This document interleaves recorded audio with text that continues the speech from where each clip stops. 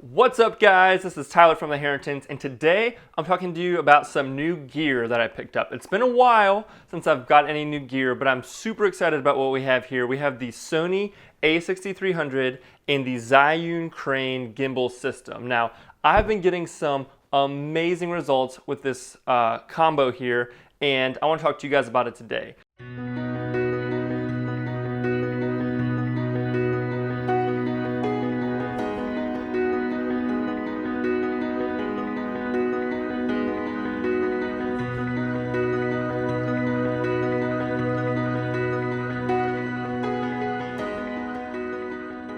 So let's start with the A6300. This is an APS-C sensor camera. It has 21 megapixels, over 400 phase detect autofocus points. It shoots in 4K at 24 frames per second and 30 frames per second. It shoots at 1080p at 60 frames per second and 120 frames per second. And the best part about it is that it comes in at around $1,000 US, which for the quality you're getting out of this camera is an amazing, amazing price.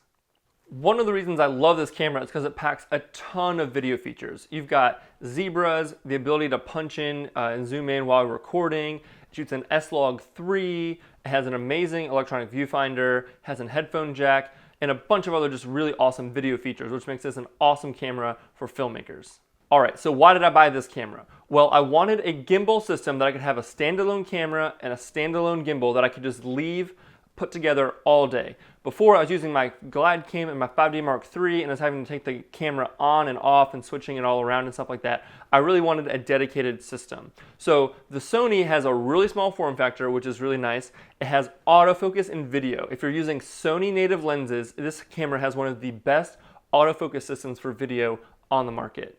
And I wanted the ability to shoot 60 frames per second at 1080p. With my 5D Mark III, I was only able to shoot at 720p, which just isn't really cutting it these days, and the footage you're getting was just really soft and mushy, and it just really wasn't great.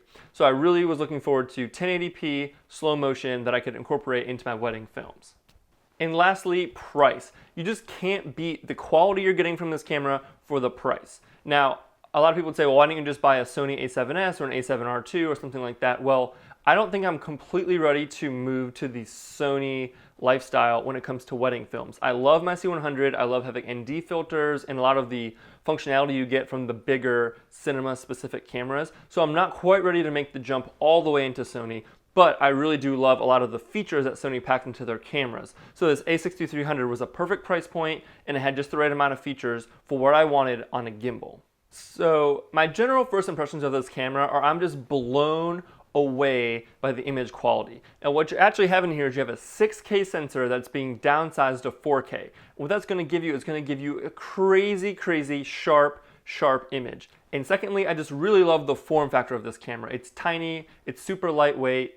It is a little awkward when it comes to ergonomics. It could use a few extra buttons, a few extra knobs, things like that. But for my purposes, leaving it on the gimbal 9 times out of 10, those things aren't a huge deal breaker for me, and I just really love the small, compact form factor of this camera. Now, all that being said, there are a few things you're going to want to watch out for on this camera. One is rolling shutter. It's just a thing. It exists, it's in this camera, it's really bad. If you're going to leave it on a gimbal, you're shooting with wide lenses, it's not a huge deal, but as soon as you take it off the gimbal, you put it on a monopod, anything handheld, especially with a longer lens, you're going to run into some problems. The second thing is overheating. Overheating and this camera have kind of become synonymous with each other, and I've personally never experienced any overheating issues, but I also haven't been shooting it in 4K for really long periods of time. From everything that I've read and researched on the internet, if you're shooting this thing at 4K for anything over 20 minutes, you're going to run into overheating issues. Now, if you want to buy a camera that you're going to shoot long 4K takes, this is not the camera for you. I would avoid this. I would save up for the A7S, the A7R II, something like that. But for me, with shooting small clips, shooting in 1080p especially, those types of things, I haven't had any issues with overheating on a wedding day. Now, the weddings I have had so far have been relatively cool. I haven't had any 100 degree scorcher weddings yet. which I've heard can also give it some issues and stuff like that. So just know overheating is definitely a problem with this camera. It doesn't have to be a game breaker for you depending on what you want to use it for. Another really important thing to note about this camera is that the battery life isn't great. I have 3 batteries, and on both weddings I've shot with it so far, I've been halfway through the 3rd battery by the end of the night. So depending on how much you plan on using it, if it's cold, like those types of factors, 3 batteries is probably the minimum I would say you'd want to have. And that's even probably pushing it. You could be charging throughout the day, but the battery life definitely isn't great. If you're shooting 4K, it's going to be even less than that. I would say you can expect to get around like 30 minutes, 40 minutes if you're shooting in 4K. And then the last thing, which I'm actually kind of hesitant to even mention, is the ISO performance. Now, this is an APS-C size sensor, so you can't expect it to give you the same ISO performance you're going to get out of a full frame camera. The Sony A7S, the bigger brother to this camera, is just light years ahead of every camera when it comes to ISO performance. You can shoot that thing at 80,000 ISO and it looks perfectly clean. This camera, obviously, you're not going to get that. This you can shoot up to 6400, push it to 8000 if you're well exposed, and you can get away with it, which for an APS-C size sensor is actually really, really good. But if you're buying this expecting it to have the crazy Sony high ISO performance, this isn't really going to be the camera for you. One of my biggest fears with incorporating Sony into my wedding day lineup is matching it with all my Canon cameras. I still shoot on the Canon C100 as my primary camera, and I wasn't really sure how these two were going to match up. But after doing a little bit of research and kind of experimenting with different picture profiles, I found one that works in here and pairs actually really, really well with the C100. I was really surprised how well I could pair these two with not a ton of color grading. And in my quick little same-day edits I've done on the wedding days with using these two cameras, I've actually had to do very little to match them. As long as the other settings are correct, you have the same white balance, things like that. They've actually paired really, really well, and it's kind of hard to tell a difference between the two. So I've been really pleasantly surprised with how easily I've been able to match these two cameras. When I purchased this camera, I bought it with a very, very specific purpose in mind. I knew I wanted it to be with a wide-angle lens that did autofocus on a gimbal and kind of just be only for that purpose. And for that, this camera, I think, is perfect. The autofocus works great. I've been getting great image quality. Everything about it has just been super great. Now, if you want to buy this camera, start doing other things with it, taking it off of here and stuff like that, again, it's really tempting because you get really great image quality, you get the 4K, you get S-Log, all that kind of stuff. You just need to know the limitations and be careful with it and kind of be able to work with those things. But if you're willing to do that, I think that this is a fantastic camera for anybody who's on a budget, who's looking to just have a really awesome camera to shoot video with. Okay, so now let's talk about the gimbal. This is the Zhiyun crane. It is a one-handed gimbal system that is made for mirrorless and small DSLR setups. Included in the box is the actual gimbal itself, 2 sets of batteries, a cord for charging and syncing, as well as a hard carrying case, which I think is actually really nice that they include all those things. So as I was making a pros and cons list for this gimbal, I actually came up with a ton of pros, and I was having a hard time finding any cons. The pros of this thing are that it's super lightweight, it breaks down into a really small form factor, it's really easy to set up and really easy to use, and it's fast, which is really crucial on a wedding day. I pulled this thing out of the box, set it up, and within 5 minutes, I was getting amazing looking shots. It's so easy to use. It's super intuitive. There's not a huge learning curve, and that I think is really, really crucial for a device like this. And the price. This thing is almost half the price of the Ronin M, which is what I think a lot of people kind of naturally think of when they want to get a small gimbal like this. And the fact that you can use it with one hand just gives you a ton of just flexibility on a wedding day, which is really nice. It does have the ability, as you can see right here, this is just sitting on a tripod. It just has a 1/4-inch thread on the bottom that you can put a tripod plate on. And yeah, I mean, the whole thing is super fast to set up. I can take it out of the carrying case and have it set up within less than 5 minutes. And yeah, I mean, there's really just like a ton of pros for this thing. And as far as cons go, I don't really have any. Like, the only thing I can think of is that I'm not sure how well it's going to handle over time, like its durability. But I've only had it for a few weeks now, so I can't really comment on that. That's the only thing I can think of that is a con, and I mean, that's a great thing. It has an app that you can use with it. There's a joystick on the back that allows you to spin it and move it up and down and things like that. It has a couple different modes, all these types of things. and really, like, I couldn't ask for anything else from this. The quality of the images I'm getting out of it are just amazing. Everything out of this is stabilized really well, especially in slow-mo. It almost doesn't need any stabilization. It's super easy to use. Like, Ash can use it. She just picked it up and started using it on a dance floor without me even telling her how to do it. So I only have really positive things to say about this gimbal. So one really crucial thing I definitely want to mention is, in order to make this setup as best as possible, one additional thing that I should mention that I bought is actually a quick release plate. You can see right here, it just attaches to the bottom of the camera, and then the plate obviously attaches to the crane. It's just a really small form factor quick release plate, and it makes everything a lot easier when you're switching batteries and cards and things like that on the wedding day. All right, so now let's talk about some practical uses on a wedding day. So the exact combo that I have here is the Zhiyun crane, the Sony A6300, and then this is a 16mm 2.8 Sony pancake lens. And the reason I bought this Sony pancake lens is because it does allow me to use autofocus, which is really, really nice. So on a wedding day, the way I use this is I use this for a lot of dynamic movement shots, following the bride and groom, following the bride down the aisle, intros to the reception, dancing, all those different types of things.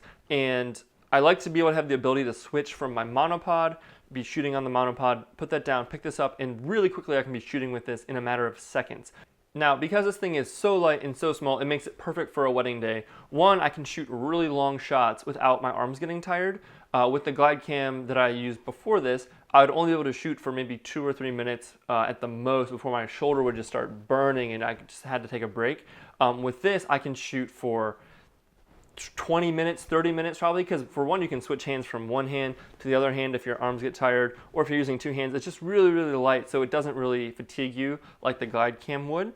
And because it's such a small form factor, I can just really easily just kind of set it down off to the side when I'm not using it, pick it up and film with it. I can get in the action on the dance floor like I like to with my glide cam, something that with the Ronin, if you've got two hands, it's gonna be a hard time, getting into those really tight spaces. And yeah, I mean, just everything about it is just really, really perfect for weddings. I'm able to get a big variety of shots using this. So obviously, normal following shots, orbiting shots, your normal type of glide cam shots. But because of the joystick on the back, I can actually, if I want to, I can put it on a tripod and I can do perfectly smooth pans and tilts and things like that. It's really easy to get those nice shots where you start up and kind of pan down as you're moving. Some nice like push in, like almost like dolly type shots if you just are nice and steady and pushing in through door frames and things like that. And because you don't have to worry about having a stand or anything like that, it's really a lot easier, and I'm more likely to bring it into the bridal suite or into the groom getting ready, like things like that, where I may not have brought the gimbal before because it was just too big and too bulky and too much to carry. But since this is so small and light, it's really, really easy. And one of the best features about this that I really, really love is the ability to use autofocus. Now the gimbal, since I can use it with one hand, I can use my other hand to hit the autofocus button if I need to, if it's having a hard time finding, if I've made a really big drastic change. But for the most part, once it locks in, it's gonna lock on to the bride and groom. It has really good face detect, so especially if you're shooting bride and groom, people, things like that, it does a really great job of locking onto their faces, and once it locks on, it's not gonna lose it. Like, it's very, very accurate, and I trust it probably more than I should. But the autofocus is really nice. It allows me to get shots I would never be able to get before, because I can start from really far away from my couple and get really close, or vice versa, things like that. Having autofocus on this camera is a huge, huge plus for any wedding filmmakers out there. And of course, cost. This entire setup costs less than the A7S and the A7R2. The lens, the camera, and the gimbal all together cost less than just the camera body. And also the whole setup is just a few $100s more than just the Ronin M. So as far as like quality and value and getting the most like bang for your buck, this is an awesome, awesome setup, plus all the other pros I've already talked about. So in conclusion, I think that this setup, for what I need to do with it, is pretty darn near perfect. Like I said, the camera, it has some issues if you are using it for other things, but as far as just leaving it on a gimbal, shooting with this wide angle lens, things like that, this gives me everything that I want, and actually even more than I probably ever could have expected for such an affordable price. And that's what is just like mind-blowing to me that Sony is able to give you this kind of image quality, this autofocus, and all this stuff, all for such an affordable price. So if you're a wedding filmmaker out there and you're looking for some sort of a gimbal option, you're looking to invest in something like a Ronin or anything like that, I highly suggest that you at least think about or check out this setup. Like I've mentioned, there are some things you've got to look out for, but I honestly think that as long as you're kind of willing to work around some of those small issues, that this is going to be the best bang for your buck. The image quality has been amazing. I've been blown away by just like everything that it can do, and I really can't suggest it enough. Now, obviously, if you have the money to spend and you really need long takes of 4K, if you really are going to shoot like a lot of S-Log stuff, you want to take photos as well, you might look into the A7R2, the A7S2, those types of things. But as far as like just for weddings and just for the gimbal, I really can't speak highly enough of this. So there you guys have it, the A6300 and the Zhiyun crane. Hope you guys enjoyed this video. If you enjoyed it, please make sure to like, leave a comment below. If you have any questions at all about this camera or this crane, please leave a comment below. I'd love to answer any questions you guys might have. And if you have any ideas for future videos that I should make, I'm planning on doing a lot more with this YouTube channel, some more educational stuff, as well as some more fun stuff here and there. So if you have any suggestions, any other videos you'd like to see specifically, drop a comment below, and I'd love to make that video for you. So thanks so much for checking this out. This has been Tyler from the Harringtons, and I'll see you in the next one.